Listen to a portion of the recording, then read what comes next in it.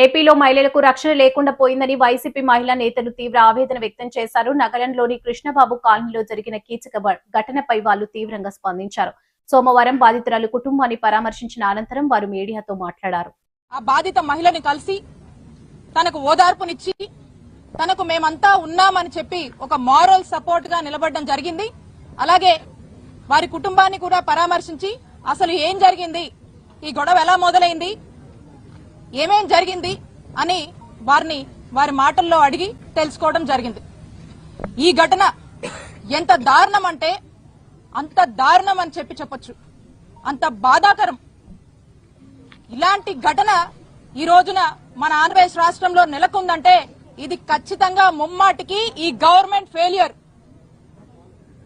పోలీసులంటే భయం లేక అధికార మదంతో మితిమీరిపోయి ఎక్కడ ఇంత కూడా కొంచెం కూడా ఇది తప్పు అని ఆదం మర్చిపోయి మరి టీడీపీ నాయకులు ఏ విధంగా కూడా ఈ మహిళ మీద వారి యొక్క కుటుంబం పట్ల వ్యవహరించారో మనం అందరం కూడా చూస్తున్నాము.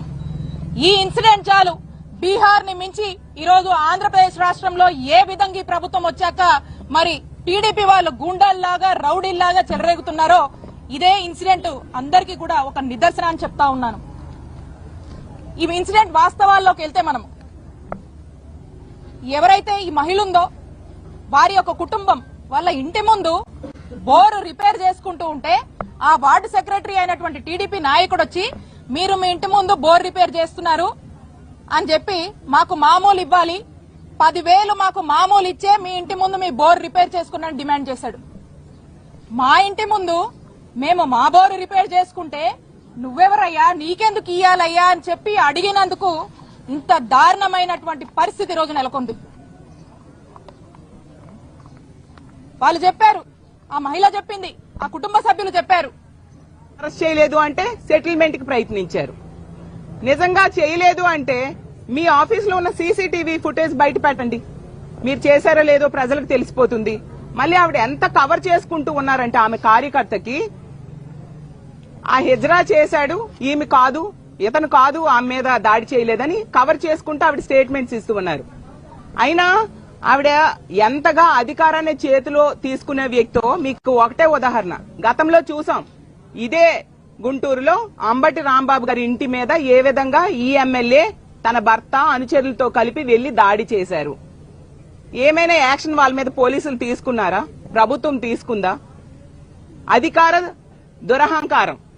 ఈ విధంగా ఆ రోజు అంత పెద్ద సంఘటన జరిగినా ఎటువంటి యాక్షన్ ప్రభుత్వం తీసుకోలేదు. కాబట్టి ఈ గుంటూరులో గాని రాష్ట్రంలో గాని ఏ మహిళ మీద ఏ దాడి చేసినా, ఎవరి మీద ఏ దాడి చేసినా ప్రభుత్వం చట్టం చర్యలు తీసుకోదు ఈ కూటమి పాలనలో అని బరి తెగించి ఈ రోజు టీడీపీ కార్యకర్తలు ఈ విధంగా వ్యవహరిస్తూ ఉండే పరిస్థితి చూస్తూ ఉన్నాం. ఏమంటే సీఐని సస్పెండ్ చేశామని చెప్తున్నారు, కానీ సీఐకి డైరెక్షన్స్ ఇచ్చింది, ఆగమని చెప్పింది ఎమ్మెల్యే కదా.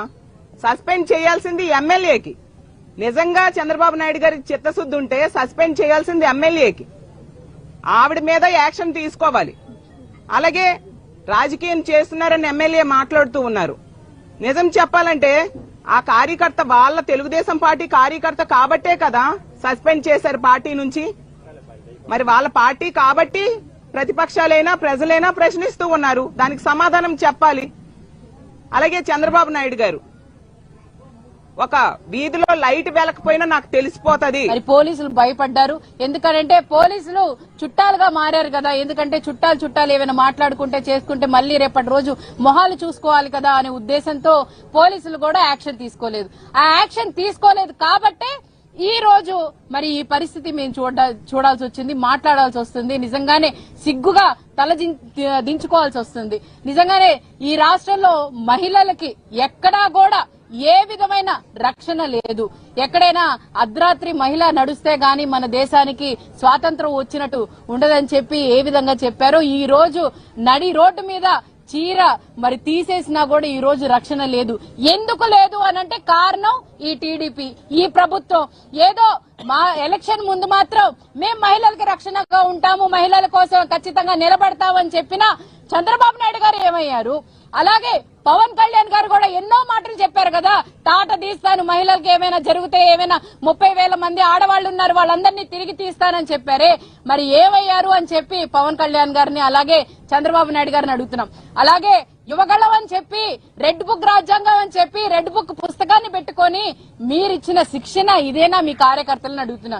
ఏ కుటుంబంలో అయినా కూడా తల్లిదండ్రులు ఏ విధంగా నడిపి చెప్తారో అదే విధంగా పిల్లలు నడుస్తారు. అదే విధంగా పార్టీలో కూడా మీరుండి క్రమశిక్షణ తరగతులు పెట్టి, మీరు క్రమశిక్షణ తరగతులు ఈ విధంగానే నేర్పిస్తున్నారా?